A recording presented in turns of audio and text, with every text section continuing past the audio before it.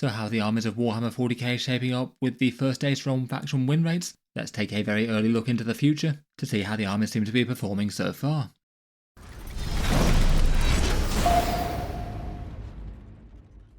Hello and welcome back to Auspex Tactics, where today we're talking 40k armies and their tournament performance, having a first look at how the armies in the game are doing, and initially which ones seem to be off to a good or bad start after all the changes and new detachments and things being added in the latest rules update.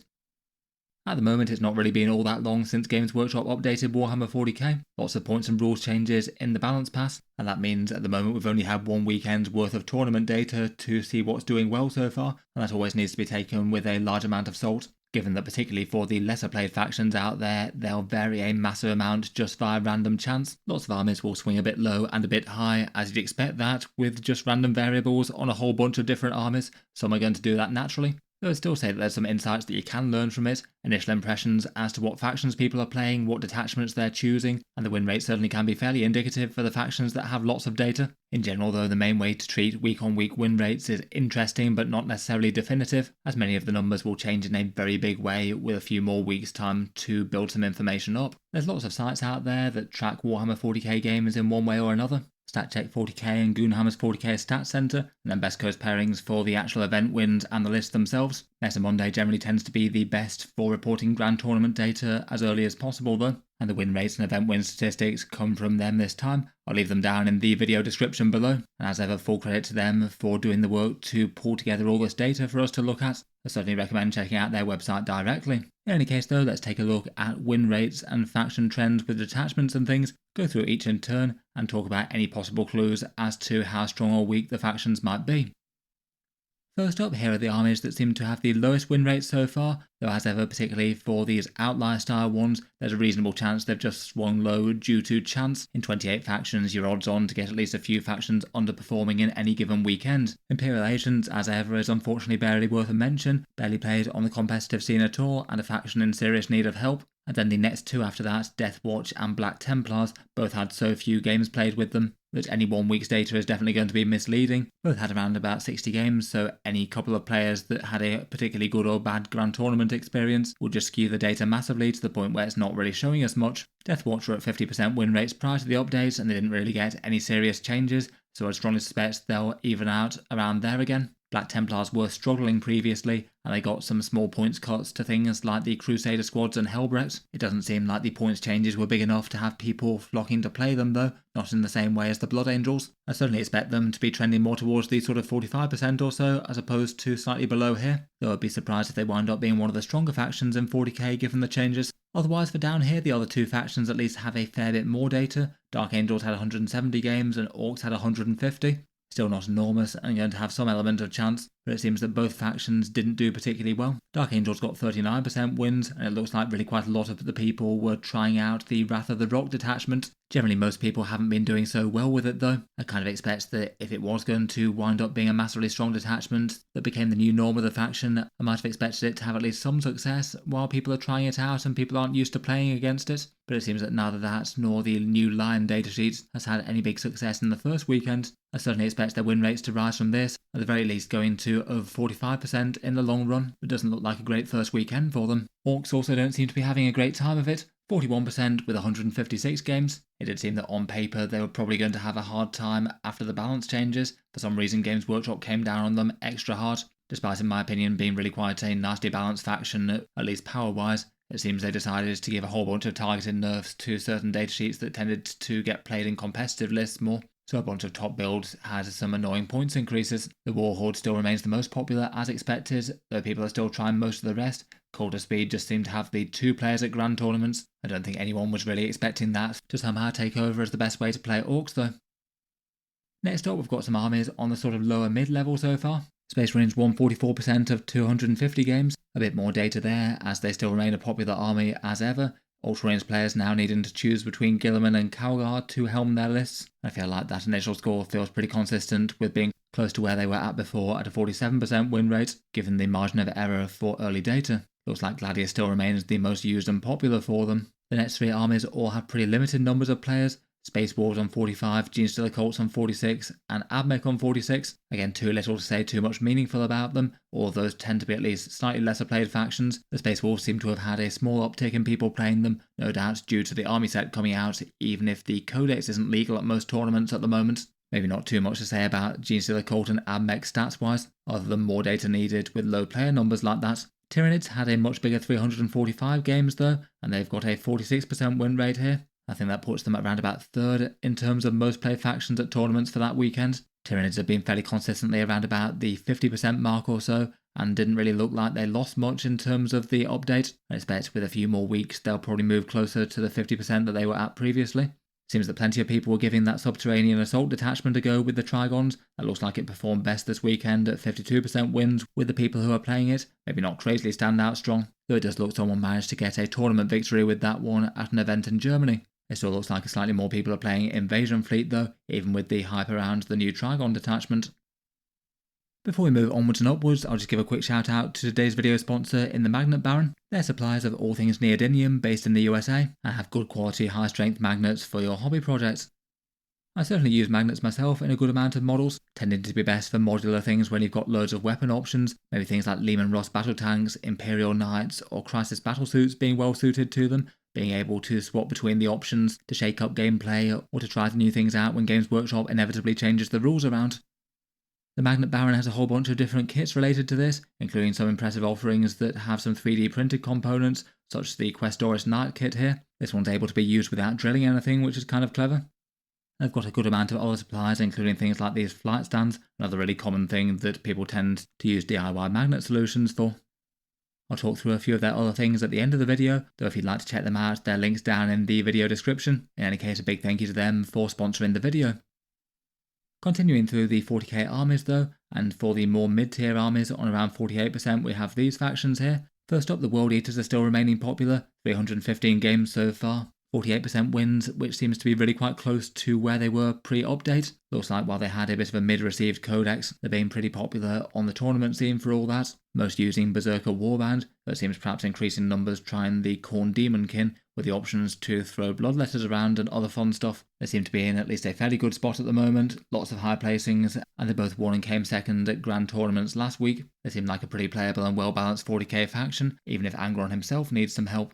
Then there's two more armies which have limited data, Grey Knights and the Drukhari, both on just over 100 games but fairly middling win rates. These feel kind of believable compared with where they were before. As ever with the Grey Knights, it's mainly the Warpbane Task Force, and then for Drukhari it seems to be mainly Reaper's Wager at the moment. That one got a buff in the balance update with rerolls all game long, and a few players had some high placings with it. The Chaos Marines also seem to be doing well enough so far, 48% wins of 210 games, so a little more data. Mostly people using Creations of Bile and Renegade Raiders, and it looks like one person won a grand tournament with the Renegade Raiders too. Unlike both the Dark Angels and the Tyranids, it doesn't look like anyone's trying to use the Cabal of Chaos in competitive games though I think that was kind of expected given the rules on their new detachment. Finally at this level we've got the Eldari here as well, not really dropping down all that much despite the really quite big nerfs both to units more generally and very specifically to Inari. Still looks like loads of people are playing them, and it looks like Aspect Host is the most popular detachment, then War Host and Seer Council after that. At least so far, all of them seem to be doing alright. Devoted of Iniad has gone from 60% win rates to one of the lesser played detachments, though it seems. Next up, we've got the Tau Empire. At least for their initial win rates, it looks like they've jumped back up towards the sort of midpoint. 49% wins of 194 games. Still early days yet, of course, but definitely seems positive compared with the sort of 44% or so that they were often posting prior to the update. At least tentatively, it looks like their new rewritten army rule might have helped out the faction in quite a nice way. Doesn't look like anyone managed to win any tournaments with them so far, and they still have some good detachment variety, though Carrion and Montcar look like they're the most popular, I guess helping out with focused damage. The Blood Angels were an army that lots of people were certainly having their eye on. They've had data sheet buffs to quite a good chunk of the codex, though particularly notably to Sanguinary Guard. It looks like they've had a big surge in popularity as a result, most people using Liberator and around about a quarter of people using Angelic Inheritors. Seems like they've had plenty of high placings, though I don't think any actual tournament victories so far. At least from one weekend's worth of data, it doesn't look like they're absolutely stomping the meta or being one of the very top factions in the game yet. I've seen people speculate that Death Guard being strong might not be helping them all that much at the moment, as they do generally tend to be quite a good counter melee style army. their debuffs having great effect when enemies get close to them, and some options for fighting first or weathering the storm of a bunch of attacks. Despite this though, it still predicts that Blood Angels will probably have a higher win rate than this after a few more weeks of data. I certainly wouldn't be too surprised to see them settle somewhere in the low 50s maybe. The Emperor's Children still don't seem to have done too badly either. They took some nerfs with some points increases to several units including Winged Demon Princes. Pre-update they were on around about 54% wins, though it's early days yet and they don't have the biggest player base ever. It still seems that plenty of people are placing towards the tops of tournaments with them, and a coterie of the conceited list won the single biggest event of the last weekend, Games Workshop's Edmonton Open, so a pretty good endorsement that they can still do well at the highest of levels. Next up for the armies around about 50% or nosing a little higher. First up, perhaps kind of surprisingly, we have the Astra Militarum, particularly given that they had around about 45% win rates prior to the last update, and then a bunch of their top builds have been nerfed slightly with some increases to Tauroxes, Battle Tanks and Ursula Kreese. It seems to have done well enough this week as well, Combined Regiment being the most popular, then Hammer of the Emperor, and someone managed to win a tournament with Recon Element, weirdly enough, with 200 plus Guard Infantry. Certainly seems that the Force of the Guard had a good weekend. I would probably expect them with a few more weeks data to drop from this though. I'd be surprised if they're much different to their previous win rates in the long run. Chaos Knights have their codex on pre-order at the moment, so they're still on their index with their War Dog spam. Win rates of 50% seem to be pretty similar to what they were doing previously. I noticed one of their higher placing lists also did well with a Tyrant as well. That's definitely a different shake-up compared with the normal pure War Dogs and maybe some Demons. Speaking of Demons, they placed in at 51% of 250 games. They didn't get any enormous changes in the update, and this is a roundabout where you might expect them to have been otherwise. Looks like the Demon Incursion did better than Shadow Legion in the first weekend. I suppose Shadow Legion did take some focal nerfs to its two best enhancements, though I'd still expect both of them to be adequately strong. Then we've got the Sisters of Battle, which again fall into the region of definitely needing more data. Only 102 games with them. The small numbers of people playing Sisters got an impressive tally with them, around about 52% wins, and with a good variety of detachments as well. Hallowed Martyrs still being the most popular, though a few people trying out Champions of Faith in the context of that detachment getting improved. I'd guess that'd be a strong rival going forward. Certainly makes sense that they'd rise up a bit given points cuts, but too early to tell on the win rates as to how much they have so far. Now we're into the armies that seem to have done well in their first weekend though, and out of these maybe not too many surprises really. First up there's the Death Guard, who if anything maybe seem to have swung slightly low this weekend at 54% wins. That's still a very impressive number though, and all their other metrics are fairly standout. They're the most played faction in tournament games, so most people thinking that they'll do well with Death Guard. And perhaps more importantly, they've won 6 grand tournaments since the balance update. A huge proportion of the events going, there just haven't been all that many that have happened so far, and I think that's 4 more than any other faction. The Balanced Plague Company Virulent Vectorium is the most popular, with Champions of Contagion and Mortarian's Hammer both doing nicely well as well. And I would guess that with a few more weeks data they'll probably stabilise as maybe the single highest win rate faction in the game once more. That's what they were pre-update, and they got no balance changes whatsoever from that. Otherwise though, also having a good week, there's the Adeptus Custodes, again very widely played with 300 games here. The Lines of the Emperor remaining the single most popular detachment, and maybe that might have been further encouraged if anything by discounted Allarus Terminators, which that detachment tended to quite like already anyway. Plenty of high placings but fewer grand tournament victories, which seems to be fairly common for them. Necrons also seem to be incredibly popular. Looks like they're the second most played faction this weekend. They were already strong and broadly got improvements from the balance update, particularly with Technomancers and Canoptic Wraiths dropping down a bit, and it still seems that the competitive detachment choice for them is between Awakened Dynasty and Starshatter Arsenal so far. Someone managed to win a tournament with Awakened Dynasty. The Imperial Knights are also no surprise to see here as well. 240 games and a 55% win rate. They were on win rates of around about 56 or 57 pre-update, but as are often with Knights, tend to be a faction that don't win quite as many grand tournaments versus their win rates due to maybe just being a little bit more limited at higher levels of play. Even with that said though, they still win some, and looks like 2 grand tournaments were won with them in the past weekend. Seems like they are going to remain all very mighty until the next update. Their codex, which seems likely to come soon, will probably change them in a big way. Finally, for the first weekend, it looks like the 2 factions with the highest win rates so far are the Thousand Sons and the Leagues of Votan, just nosing ahead of the last few very, very slightly. The Thousand Sons seem to have been broadly doing rather well since their last codex, 56% wins here, and quite a popular faction. It seems over 300 games played in the first weekend, which is far more than normal for them. Looks like people are enjoying the new codex and playing them in a few different ways, the majority using Grand Coven, which has a 59% win rate, though Rubrique Phalanx also seems to be doing absolutely fine as well, and a few people using warp meld packs. The Zangor detachment certainly seems to have had a fair few high placings too. Looks like for the first weekend they also managed to win 2 tournaments as well, and I guess that puts them on joint second after Death Guard. Certainly seems there's enough there to say that they're pretty definitely strong compared with the rest of factions in the game. I'm not 100% convinced they'll be outright stronger than the previous though.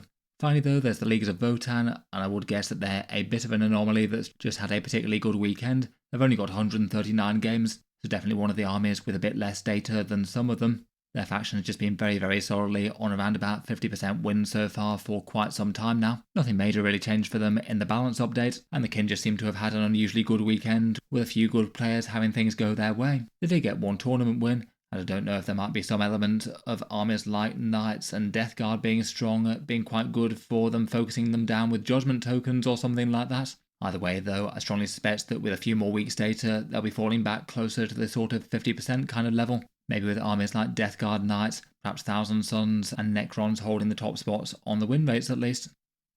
In any case though, interesting enough to see some early data here. Let me know your thoughts or any other suspicions or insights that you might have as to the faction's initial performance. I look forward to that as always down in the comments below. Obviously a big credits to Meta Monday for collating and sharing the stats. You can find their website links down in the video description. Finally, I'll just cycle back to the Magnet Baron, the video sponsor quickly. As mentioned earlier, they're suppliers of magnets and components for 40k kits, based in the USA and shipping worldwide.